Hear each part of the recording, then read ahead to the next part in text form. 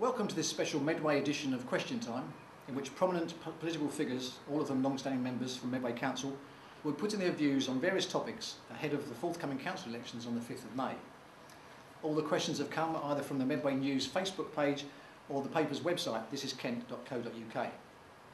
Answering those questions this evening, we have Conservative Group and Council Leader Rodney Chambers, Labour Group Leader Paul Godwin and Lib Dem Leader Jeff Dewby.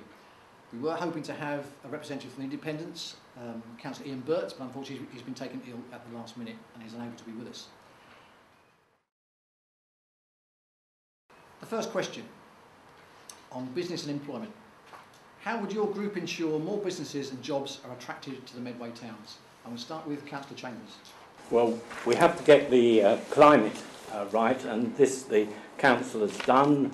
One of the ways is that it gives impartial advice through Business Support Kent. That's in the wider context, and locally we're giving flexible terms to business to encourage them through rents in properties that we own to have flexible terms.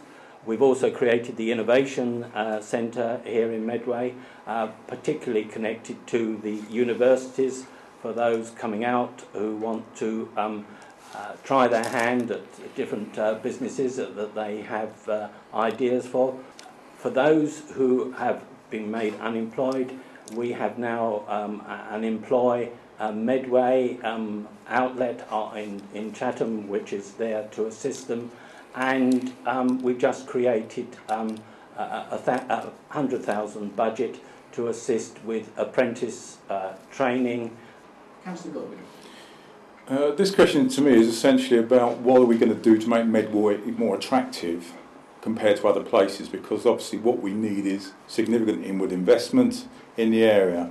Now the last Labour government obviously contributed hundreds of millions of pounds in terms of regeneration money to make this place more attractive in terms of its infrastructure, in terms of its land availability. That money is now stopped, so we have to look for local initiatives. And I think that loss of money has been quite a significant, potentially damaging situation when the economic climate is as it is, when we're trying to attract new jobs here, new opportunities here. So I think that is the most significant point. I think the other issue is, and I think you're going to come on to a question about this, it's about Medway's identity.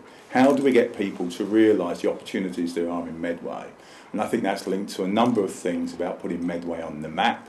Thank you. Medway has lost, or will not be able to have the same kind of money that it's had for regeneration in the past. So we have actually got a 10-point plan that we would do to make some local issues rather easier. One of them is to return parking in the town centres to no charge after 6:30 p.m, to end the single yellow line operations on Saturdays and Sundays. This should encourage more people to use town centre businesses. We'd reintroduce a small business loan scheme from £500 to £3,000 to help new companies start up or expand.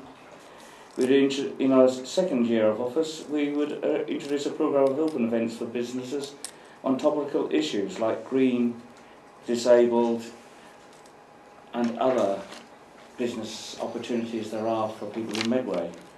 We'd also ensure the council cuts bureaucracy and red tape and jargon so it's easier for small businesses to get help they need from Medway Council and also bid for their contracts.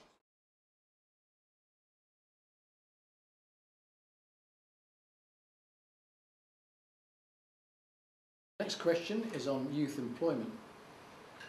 With the increase in university tuition fees and with last year's spike in Medway's youth unemployment, what would your group do to make sure Medway's young adults have a bright future?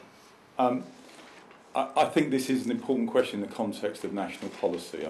You'd expect me to say that.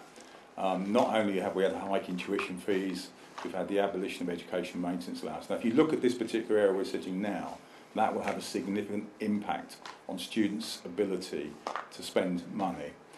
Mid-Kent College, a lot of students there receive the educational maintenance allowance. That is going to be abolished and replaced by a much lesser allowance scheme. While tuition fees are going to be increased significantly, affecting students in the university here.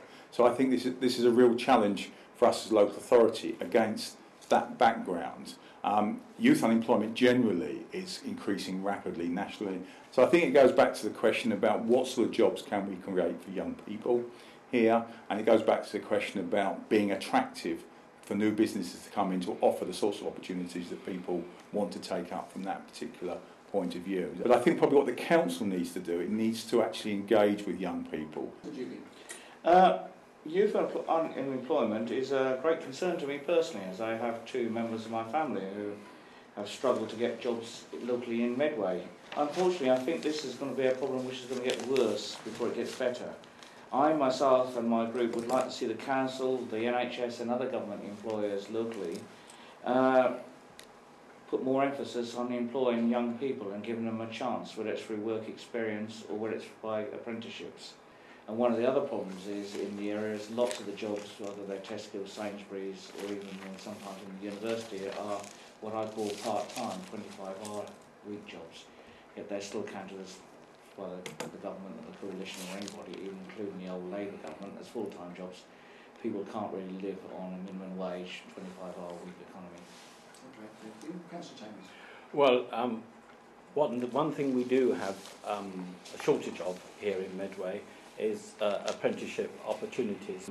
Our administration this year have earmarked, and I think I said it earlier, 100,000 towards supporting the small and medium enterprises that we've got here in Medway to encourage them to take young people on as apprentices. We're committed also to exploring